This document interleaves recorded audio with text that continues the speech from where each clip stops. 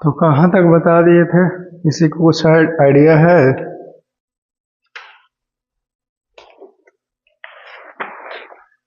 मैं समझ गया। I have an idea. आपके पास रहे चाहे नहीं, आई हैव एन आइडिया। नहीं समझे बात के मतलब?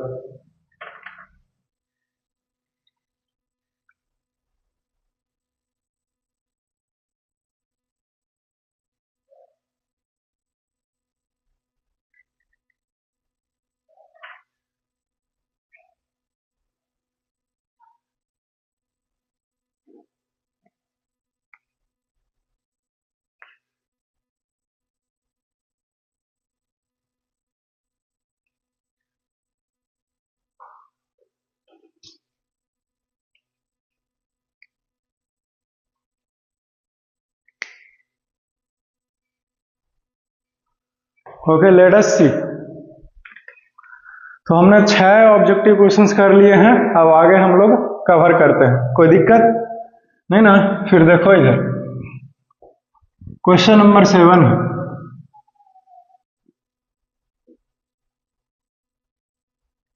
What does the poet mean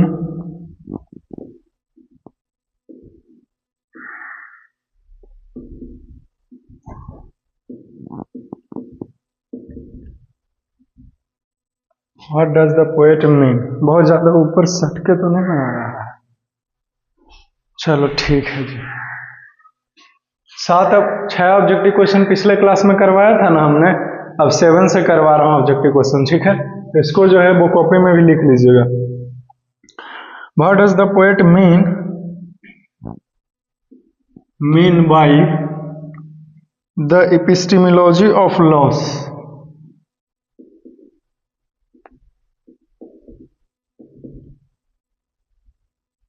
The epistemology of laws.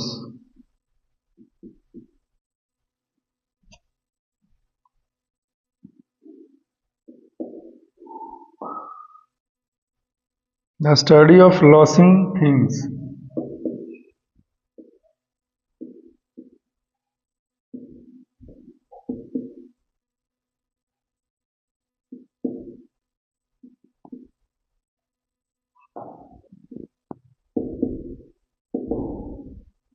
The study of losing things. Option B है understanding the nature of loss. एक minute,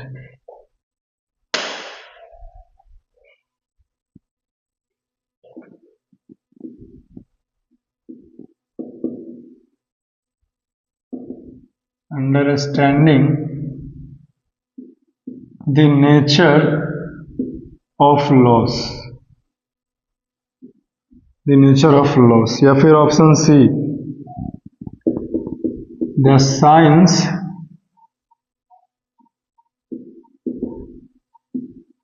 science of understanding, the science of understanding the reason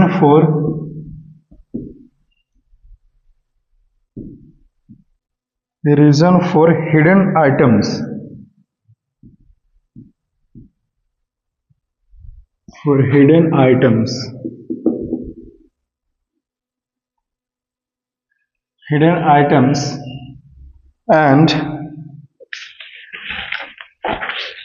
and finding them.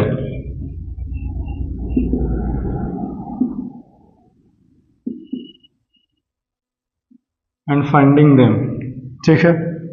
Option D देखिए, the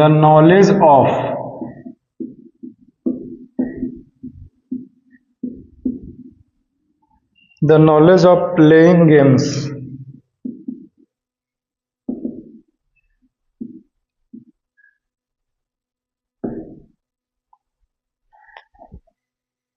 ठीक है?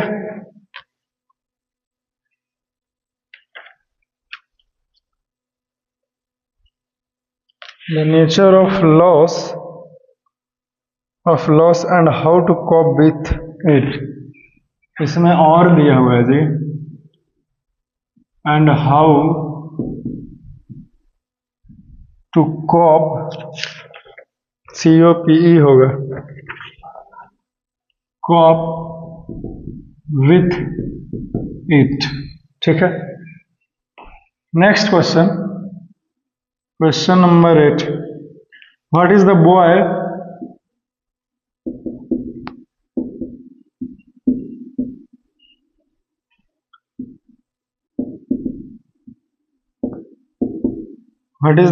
ultimately learning?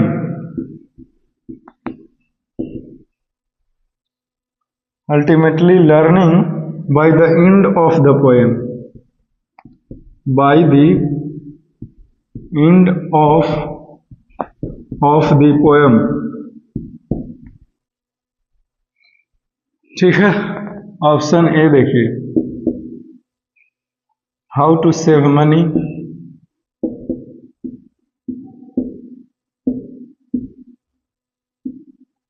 how to save money and become rich,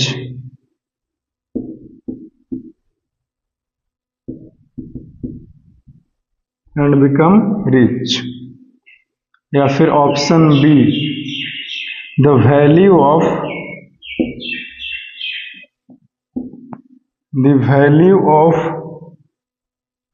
new toys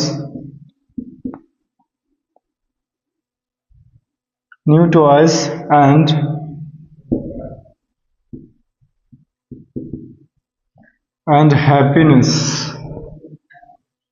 option C देखो, how to stand up,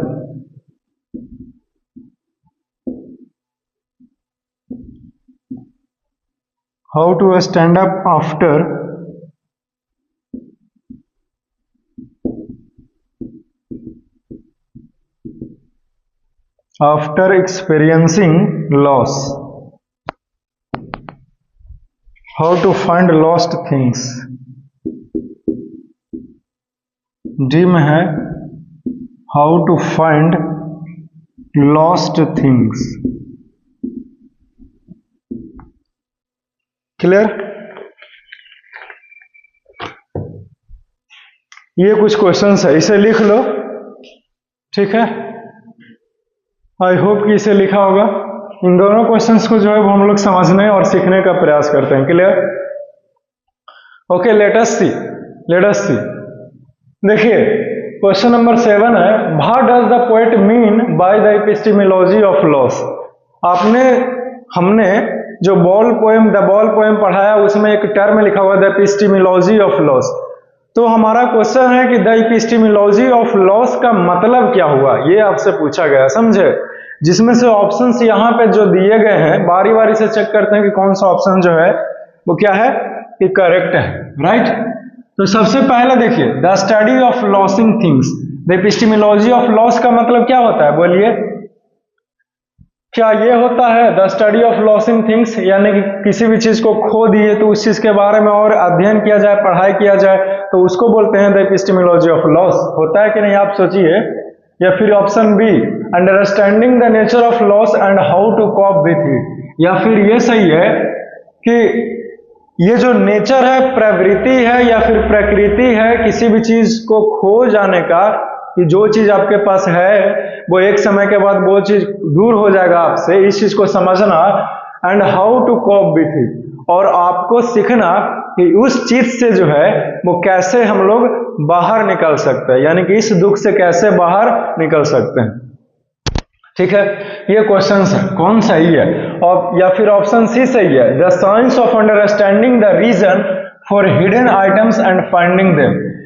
या फिर इस बात को समझना कि आखिरकार विज्ञान क्या है, किसी भी चीज को खोने का विज्ञान क्या है, सिद्धांत क्या है, और फिर जो चीज खो गई है उस चीज को जो है वो कैसे खोजा जाता है, सर्च किया जाता है। या फिर option D, the knowledge of playing games, यानी कि इस बात का ज्ञान का संचय करना कि कैसे जो है वो गेम खेला जाता है, खेल खेला जाता है। समझे?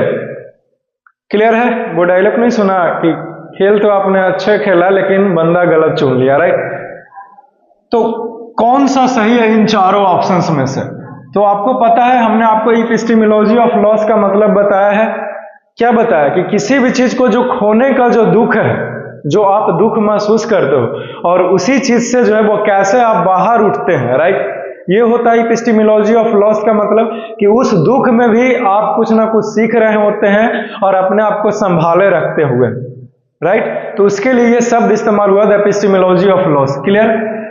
तो इसमें से जो है वो ऑप्शन बी करेक्ट है, तो ऑप्शन बी में टिक लगा लो, यानी कि understanding the nature of loss, यानी कि किसी भी चीज को खोने का जो प्रकृति है या फिर प्रवृत्ति है, ठीक है, उस चीज को समझो और how to cope with it, यानी कि उस चीज से उभार करके बाहर कैसे आए, यानी कि टैकल कैसे करें उस प्रॉब्लम को। तो ये हमारा आंसर है। क्लियर। बारी बारी से सारे ऑप्शंस को देख लिए, फिर बता दिया कि ऑप्शन बी ही करेक्ट क्यों है। क्लियर है। आई होप कि आपको पता चला होगा। चलो ठीक है। फिर अब देखो क्वेश्चन नंबर 8 देखो, what is the boy ultimately learning by the end of the poem. कविता के अंत में, पोएम के अंत में लड़का जो है वो क्या सीखता है, इस चीज के बारे में सीख रहा है।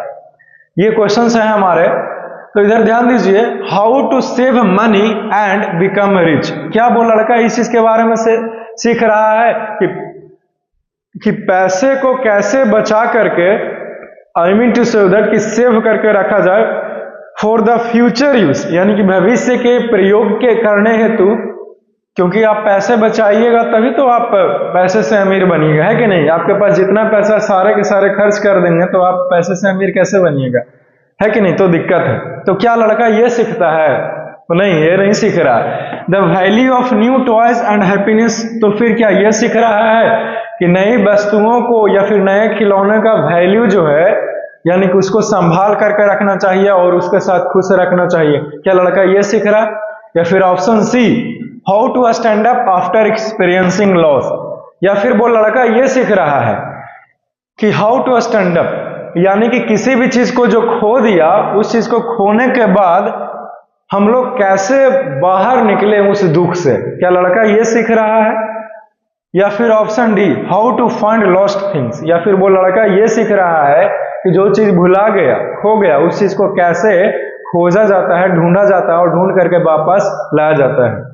ये चारों में से कोई तो एक सही है, ठीक है। तो इन्हीं चारों में से कोई एक ऑप्शन सही है, तो ऑप्शन सी सही है। कौन सा? C, how to stand up after experiencing loss, यानी कि किसी भी चीज को खो दिया आपने, ठीक है, जो खोने का एहसास आपने किया। एक्सपीरियंसिंग लॉस का मतलब हुआ कि जो खोने का एहसास हुआ आपको, ठीक है। अब वो चीज तो दोबारा नहीं ही आ सकती है, क्योंकि गया तो गया, है कि नहीं, क्योंकि जाए वाला के तो भगवान नहीं रोका है, आप तो फिर भी आदमी है, तो आप कैसे ही रोकिएगा, राइट। Right, okay. तो वही चीजें है कि खो गया तो फिर उस चीज से बाहर उठिए, है कि नहीं, कब तक मातम मनाते रहिएगा। समझ गया ना। तो यही ऑप्शन सी जो है वो करेक्ट है। क्लियर। आई होप कि आपको पता चला होगा। इसे लिख लो, फिर मैं मिटा दूंगा। लिख लिया? मिटा दें तब? Okay then, मिटाएं।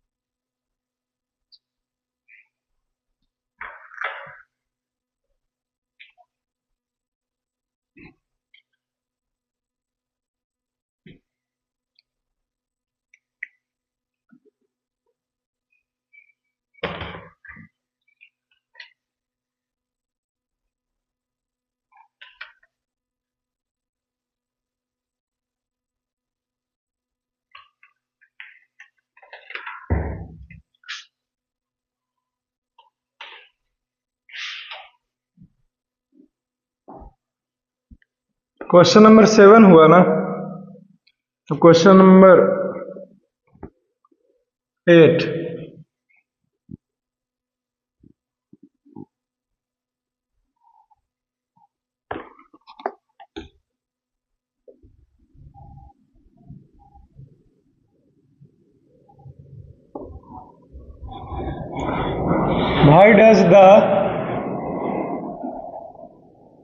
why does the poet decide not to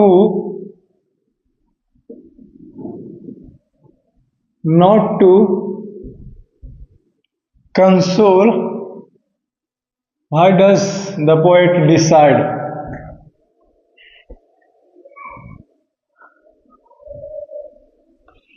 Why does the poet decide not to console? Not to console.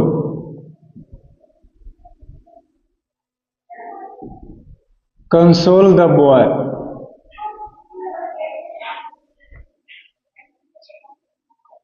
Option A, he is busy.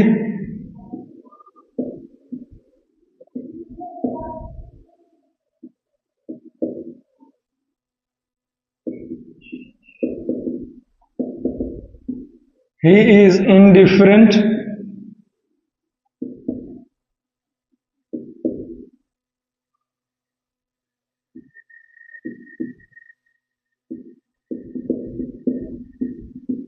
It will be of no use.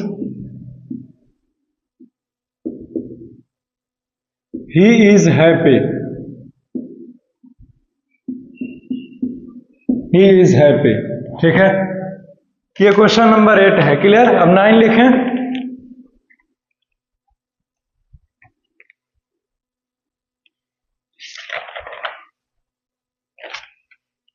मेरा मतलब ये question number 9 होगा जी, 8 तक तो करवा ही दिए। अब देखो question number 10,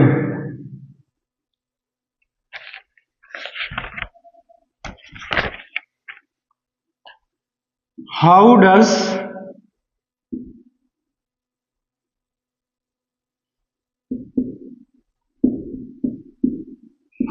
the poet suggest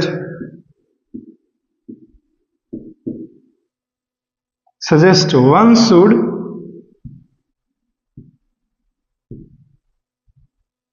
should deal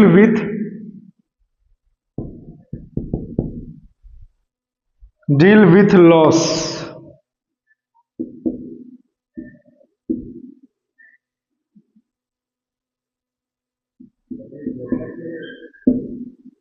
The ball poem.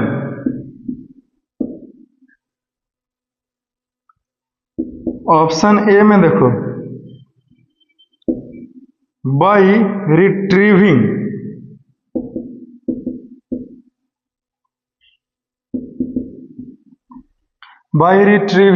what is lost.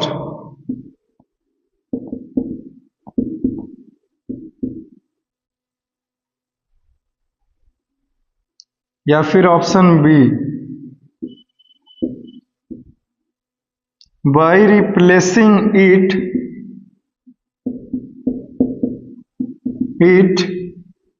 with something new.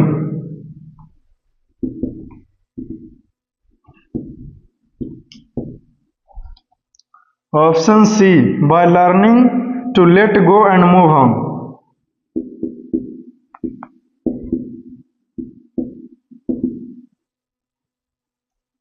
To let go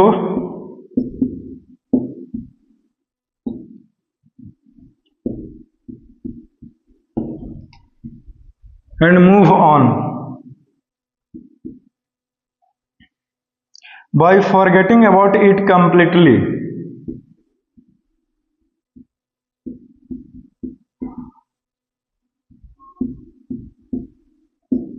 About it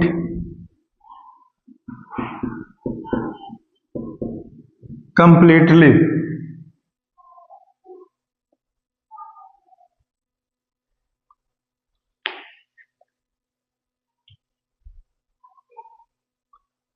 देखो बारी बारी से समझते हैं, इसको लिख लो, इस क्वेश्चंस को दोनों को, इंपॉर्टेंट है। फिर हम लोग पता लगाते हैं कि कौन सा ऑप्शन जो है वो करेक्ट है। क्लियर?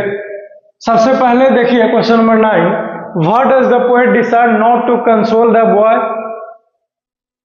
Why does? ओके, कवि ने ऐसा क्यों निर्णय किया कि मैं जो हूं वो लड़के के ऊपर कुछ भी नहीं कमेंट करूंगा, कुछ भी नहीं करूंगा, उसकी हालत पर है जैसे है वैसे ही छोड़ना चाहूंगा। ऐसा क्यों कवि ने निश्चय किया? तो ऑप्शन है ही इज बिजी, ऐसा इसलिए क्योंकि वह व्यस्त है।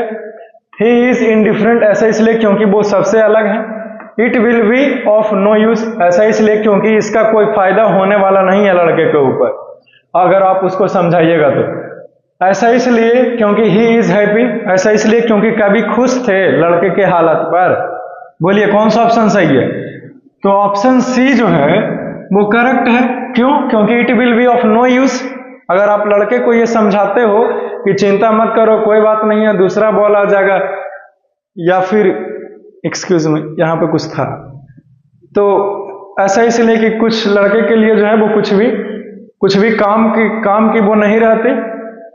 अरे यार इसको कैसे हटाएं, ये नहीं समझ में आ रहा। अब ठीक है, अब ठीक है। एनीवेज, तो ऐसा इसलिए कि it will be of no use. हाँ सही बात है, इसका कोई फायदा नहीं होता है कि नहीं, क्योंकि वो बहुत ही ज्यादा दुखी था और उसे तो वही बॉल चाहिए था।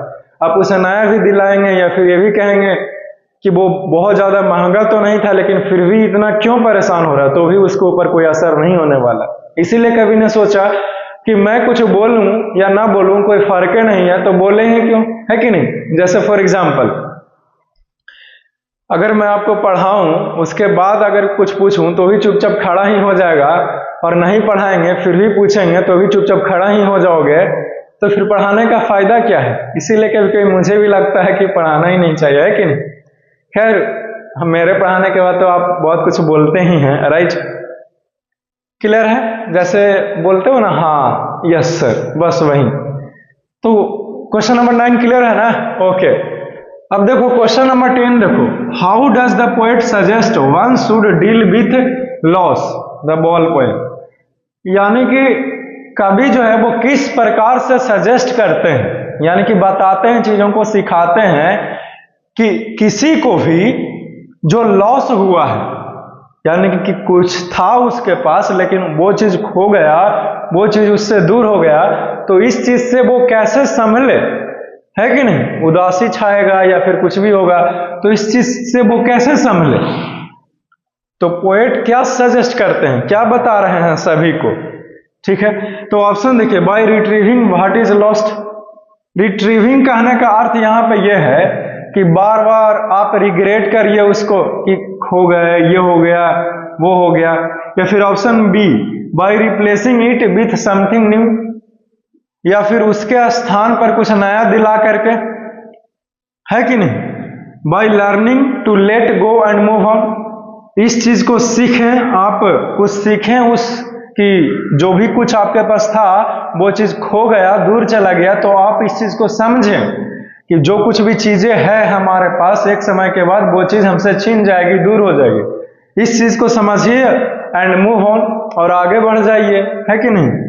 या फिर option D, by forgetting about it completely, या फिर उस चीज के बारे में पूर्ण रूप से आप भूल जाए, है कि नहीं। तो कौन से ऑप्शन सही है? तो ऑप्शन सी जो है वो करेक्ट है। क्या है? ऑप्शन सी करेक्ट है, by learning to let go and move on. आप सीखें और फिर आगे बढ़ जाए, है कि नहीं। कवि का ये कहना है कि कोई भी व्यक्ति जिसके कुछ बेशकीमती या फिर सबसे ज्यादा जुड़ाव वाली वस्तु है उससे दूर हो गई, तो आप उस चीज को समझिए और फिर मूव ऑन कीजिए, आगे बढ़ जाइए, है कि नहीं। क्या करने में लगे हैं आप, एक ही जगह पे सोच रहे हैं कि वो चीज दूर हो गया, दूर हो गया, है कि ना। ऑक्सीजन थोड़ी है, वस्तु ही तो था, नहीं समझे? समझ गए, चलो ठीक है, फिर क्लियर है। तो 10वां को ऑप्शन सी जो है वो करेक्ट है, इसको टिक आउट कर लीजिए। चलिए मैं मिटाना चाहूंगा इसे, मिटा दें, आगे बढ़ें। फिर एक बार देख लो, लिख लो इसे, अगर नहीं लिखे हो तो ठीक है। आई होप कि लिखा होगा इसको, ठीक।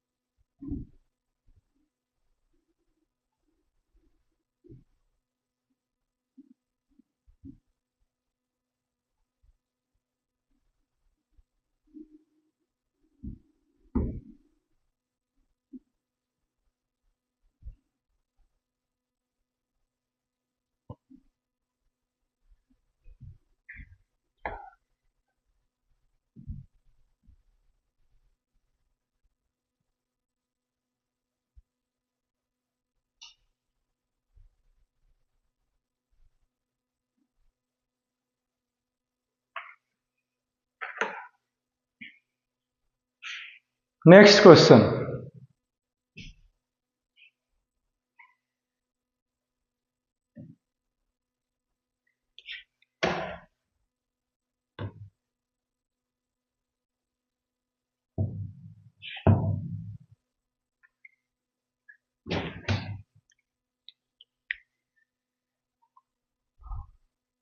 Okay let us see. लिखा है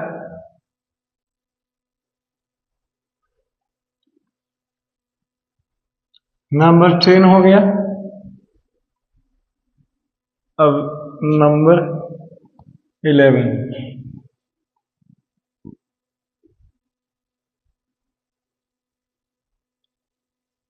number 10,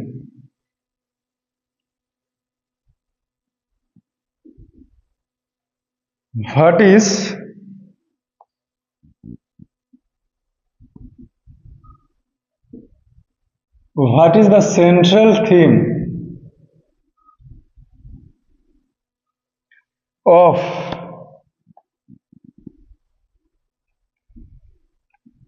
the ball poem?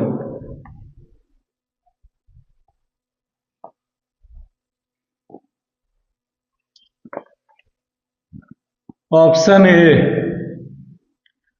the importance of material possessions.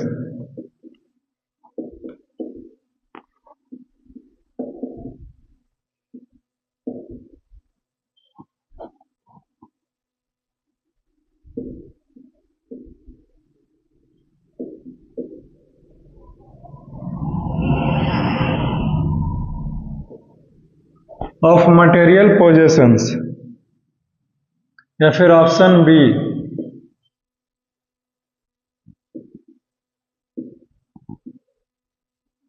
loss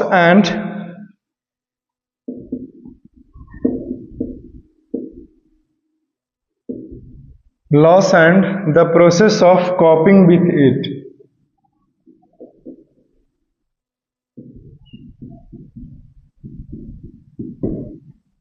Coping with it. Option C.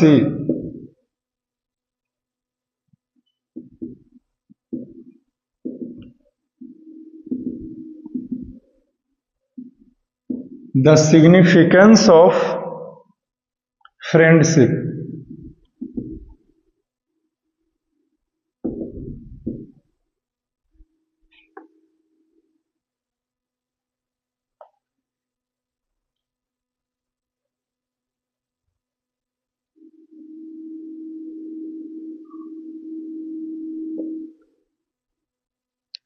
Childhood joy and innocence.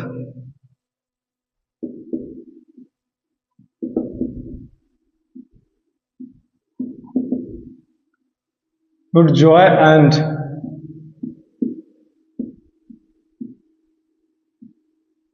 and innocence.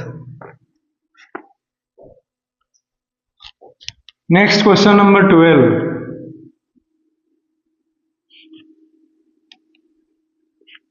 Name the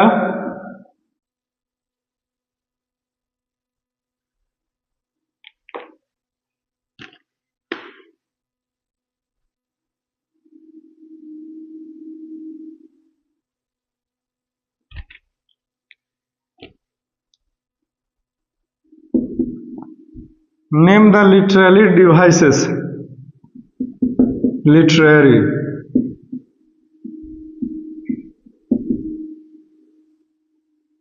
used in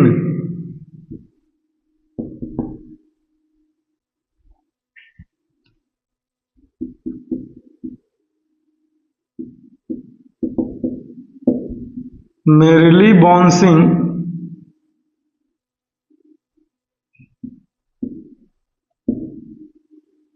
down the street.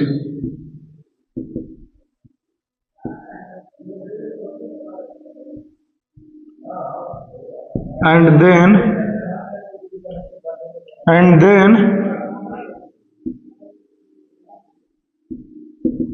merely over there it is in the water.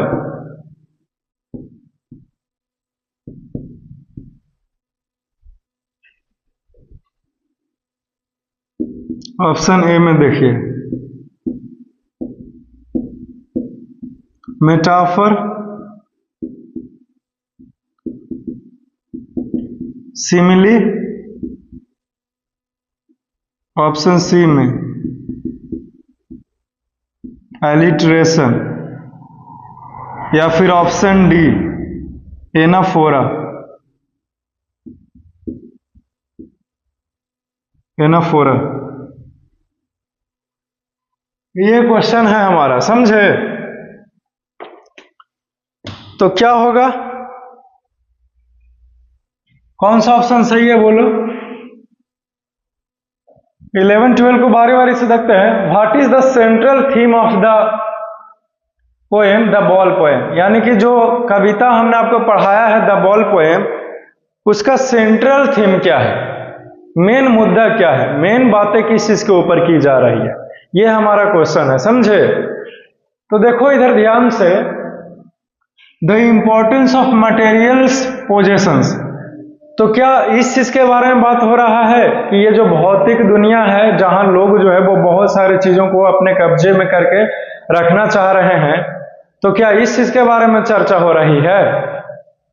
या फिर option B loss and the process of coping with it, तो फिर इस चीज के बारे में चर्चा हो रहा है कि जो किसी भी चीज को खोया आपने और खोने के बाद उस चीज से टैकल कैसे करें, राइट? उस चीज को समझे कैसे कि चलो भाई कोई बात नहीं, जिंदगी है, इस जिंदगी में कुछ ना कुछ खोते ही रहता है, तो आप उदास रहिएगा हमेशा के लिए, एक समय के बाद तो आपको उस उदासी से बाहर आना पड़ेगा ना। तो क्या इस चीज के बारे में बताया जा रहा है?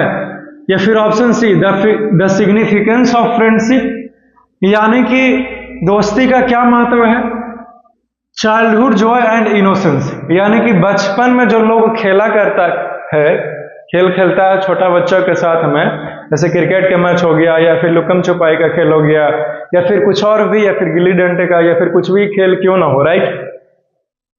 तो क्या उसी चीज को से कैसे मतलब खुश रहना है उस चीज के साथ, क्या ये इस चीज के बारे में चर्चा हो रहा है? इनोसेंस का मतलब ही वही हुआ, बालपन, लड़कपन, जो भी बोलिए, क्लियर?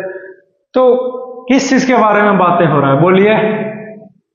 तो इसमें से ऑप्शन बी जो है वो करेक्ट है, समझे? कौन सा ऑप्शन सही है?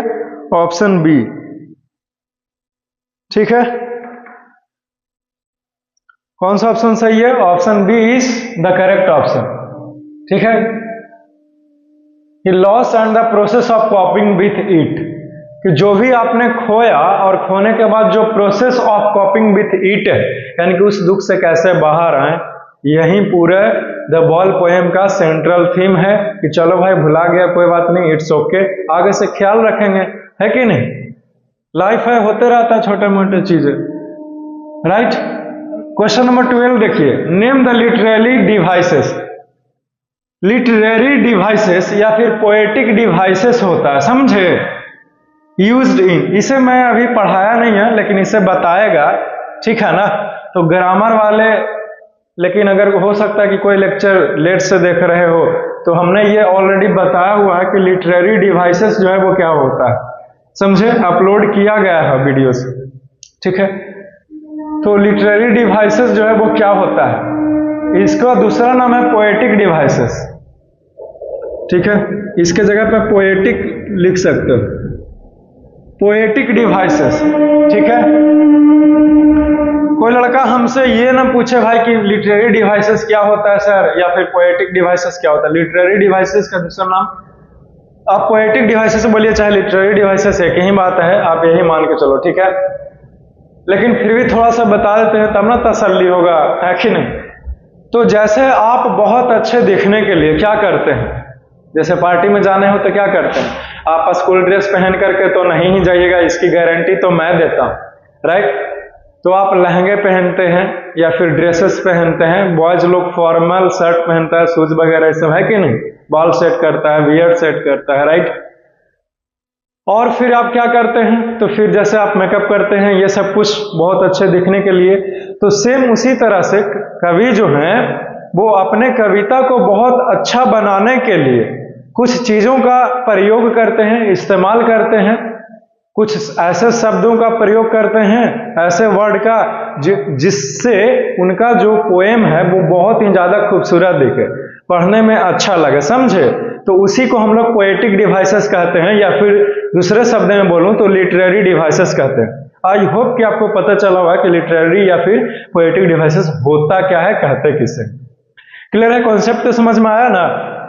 जैसे देखिए ये चारों ऑप्शंस जो हैं, मेटाफर, सिमली, एलिट्रेशन या फिर एनाफोरा, ये पोएटिक डिवाइसेस है या फिर लिटरेरी डिवाइसेस है। इसका प्रयोग किया जाता है पोएम्स में उसकी खूबसूरती के लिए, यानी कि कविता जो है वो अच्छे लगे। ठीक है, जैसे आप बोलते बोलते किसी से शायरी बोलते हैं, इसलिए ताकि जो आप बोल रहे हैं आपकी शब्द की वैल्यू बढ़े, आप और अच्छे लगें दूसरे के सामने, आप और अच्छे से रिप्रेजेंट करें। जैसे एक फ्रेज है इंग्लिश में, an apples of an eye, apple of an eye, an apples of an eye. इसका मतलब क्या हुआ, इसका हिंदी मीनिंग होता है आंखों का तारा। एप्पल का मतलब सेब यहाँ पे नहीं होगा कि आंख का सेब, नहीं, एप्पल्स ऑफ एन आई का हिंदी मीनिंग हुआ आंखों का तारा। यह मुहावरा है, हिंदी में बता दिया और इंग्लिश में भी। इसका मतलब समझाते हैं, इसका मतलब यह होता है कि बहुत प्यारा हम, ठीक है, हम ये सब, इस शब्द का प्रयोग उसके लिए प्रयोग करते हैं जिससे हम बहुत ही ज्यादा मोहब्बत रखते हैं, यानी कि उसे स्नेह की भावना रखते हैं। जैसे एक पेरेंट्स अपने बच्चों से बहुत ही ज्यादा मोहब्बत की भावना रखते हैं, स्नेह की भावना रखते हैं, करुणा की भावना रखते हैं, तो उनके लिए ये प्रयोग होता है। ठीक है, आपका कोई दोस्त है तो आप उससे भी स्नेह का भावना रखते हैं, तो आप उसे भी बोल सकते हैं कि you are my apples of an eye, यानी कि आप मेरे आंखों का तारा हो। क्लियर है, तो इसका मतलब आपको पता चला। तो वैसे ही यहां पे भी कुछ काम करते हैं लिटरेरी डिवाइसेस, जो कि पोएम्स में खूबसूरती को बढ़ाता है पोएम्स को, ताकि पढ़ने में अच्छे लगे। क्लियर है। अब ये मत पूछना कि मेटाफर क्या हुआ सर, सिमली क्या हुआ सर, क्योंकि तुरंत से ग्रामर तो अभी बता नहीं रहा है कि नहीं। एलिट्रेशन क्या हुआ सर और एनाफोरा क्या हुआ सर। आप ये जानो कि इसमें से जो है वो ऑप्शन ये करेक्ट है, और एनाफोरा जो है वो करेक्ट है। मेटाफर और सिमली तो होगा नहीं, क्योंकि यहां पे कंपैरिजन तो किया नहीं जा रहा है। एलिट्रेशन क्या हुआ, तो जब एक ही शब्द जो है वो बार बार रिपीट्स करे, जैसे बॉल्स बॉल्स लगातार रिपीट करे, तो वो एलिट्रेशन होते हैं।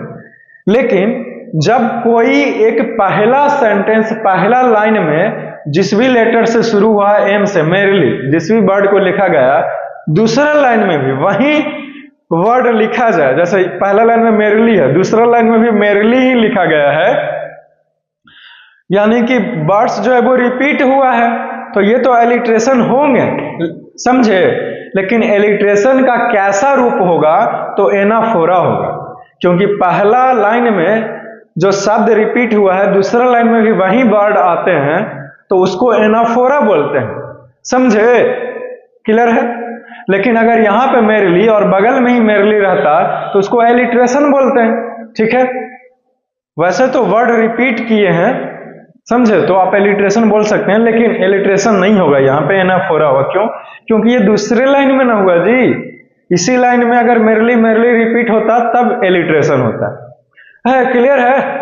ठीक है, तो पोएटिक डिवाइस में या फिर लिटरेरी डिवाइस में हमने बहुत डिटेल में पढ़ा है, बहुत तरह का पोएटिक डिवाइस होता है, तकरीबन 18-20 गो होता है।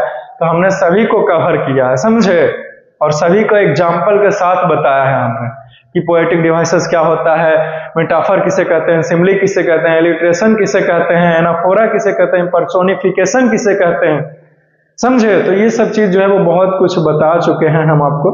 तो एक बार आप उस लेक्चर को जो है वो देख लीजिएगा, क्लियर। तो आपका कॉन्सेप्ट जो है वो बहुत क्लियर हो जाएगा। Is it clear? तो आई होप कि आपको पता चला होगा कि ऑप्शन डी जो है वो काहे सही है। ठीक है, आगे कुछ पढ़ने की जरूरत ही नहीं है, इसमें से बताना है कि कौन सा पोएटिक डिवाइस है। तो मेरे लिए पहले ही आ गया, तो एनाफोरा है ये।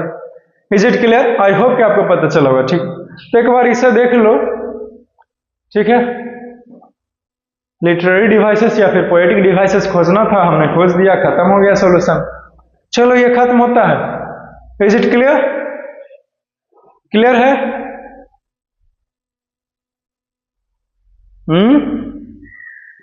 आगे बढ़े फिर।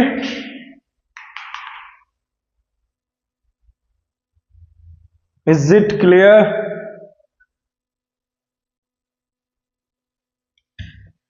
बोलिए ना हाँ।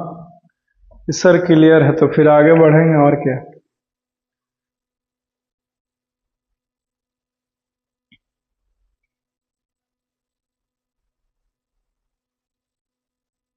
आगे चलो,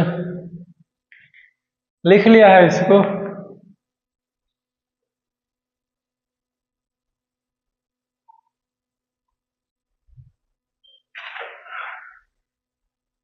टाइम है ना?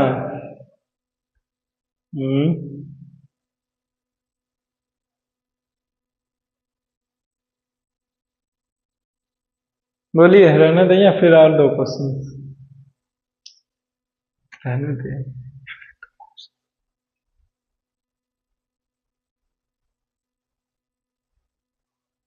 इसमें दिक्कत है?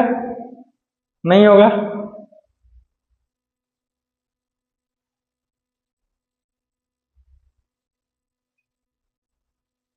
ओके देन, दो क्वेश्चंस और देखते हैं, फिर आपको छोड़ देंगे। ठीक है,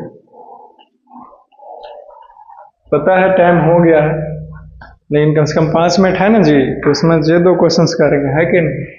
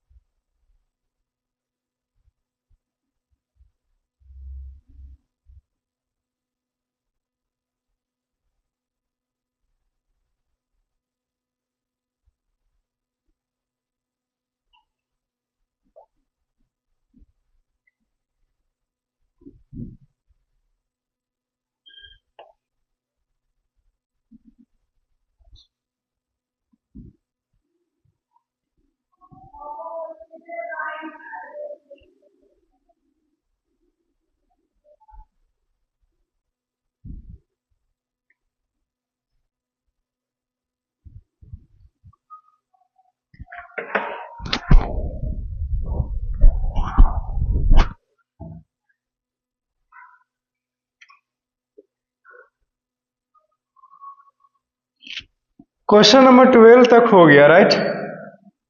क्वेश्चन नंबर 13 देखिए।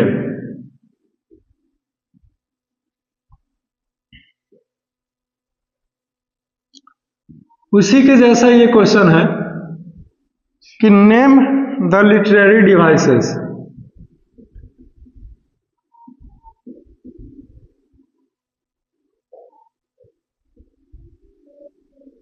लिटरेरी डिवाइसेस, यहां पे एस नहीं लगेगा, डिवाइस लगा भी दिया तो भी कोई दिक्कत नहीं है।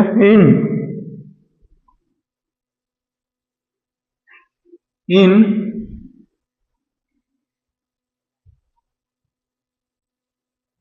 बगल में भी लिख सकते हैं बाकी, लेकिन यहीं पे लिखना चाहूंगा। इन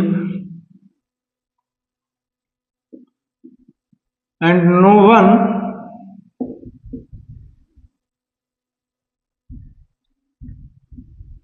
वाइस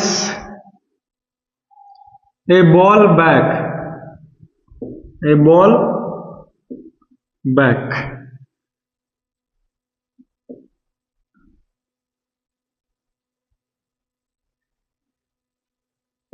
ऑप्शन ए में देखो मेटाफर, ऑप्शन बी में सिमिली, ऑप्शन सी में alliteration,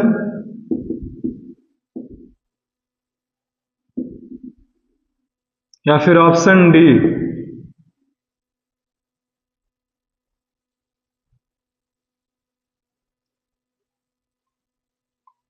anaphora, anaphora.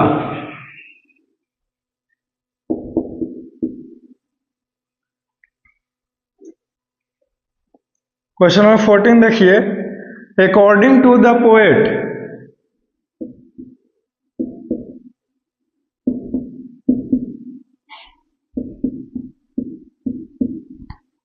according to the poet, what is the child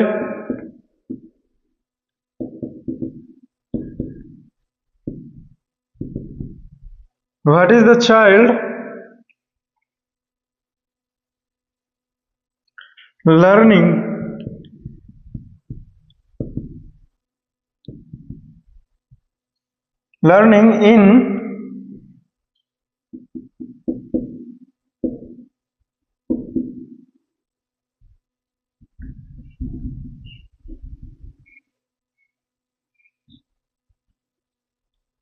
in the ball poem?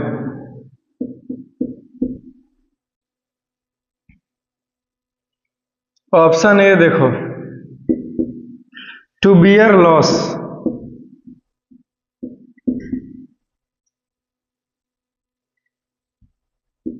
Option B to take care of thing,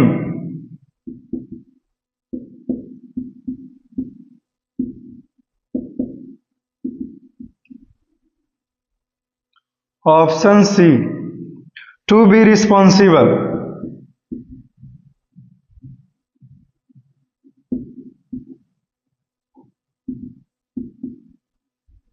या फिर option D all of the above.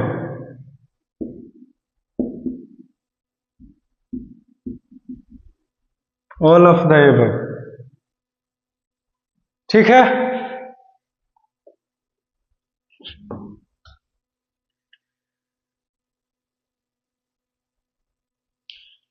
कौन सा option सही है बोलो, बताओ कुछ। चलिए पढ़ो क्वेश्चन को। क्वेश्चन नंबर 13 है, name the literary devices used in, किस तरह का लिटरेरी डिवाइसेस का प्रयोग हुआ है इस लाइन में।